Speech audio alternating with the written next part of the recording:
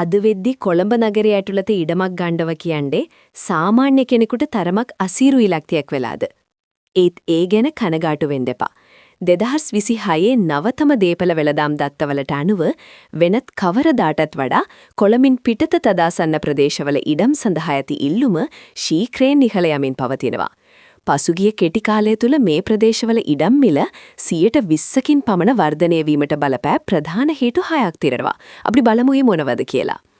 පළවෙනි හේතුව යටිතල පහසුකම් සහ අධිවේගී මාර්ග. අධිවේගී මාර්ග ජාලය පුළුල් වීමත් සමග අතුරුගිරිය, කහතුඩුව වගේ ප්‍රදේශවල ඉඳලා කොළඹට එන්න දැන් ඉතා පහසුයි. දෙවෙනි එක නිර්වුල් ඔප්පු සහ බැංකු ණය ලබා ගැනීමේ පහසුව.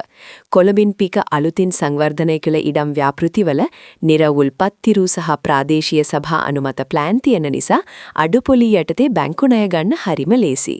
තුන්වෙනි කාරණය ඉහළ ආයෝජන ප්‍රතිලාභ. අද ඔයා ගන්න ඉඩමේ වටිනාකම ඉදිරි වසර 3-4 ඇතුළත වේගයෙන් ඉහළ යනවා.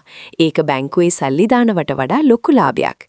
හතරවෙනි එක තමයි අනාගත කුලී ආදායම් මාර්ග.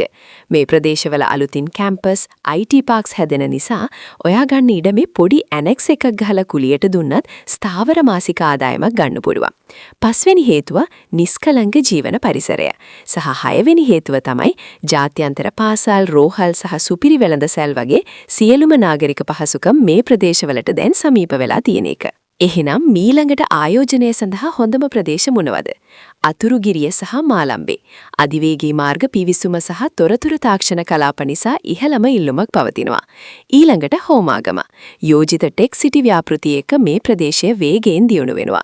ඒ වගේම පිළියන්දල සහ කහතුඩුව. කොළඹට තියෙන පහසු ප්‍රවේශය නිසා මේවායේ ඉල්ලුමත් ගොඩක් වැඩි. ඉතින් ඉඩම් මිල තවත් ඉහළ යන්න කලින් නිවැරදි තීරණය අදම ගන්න.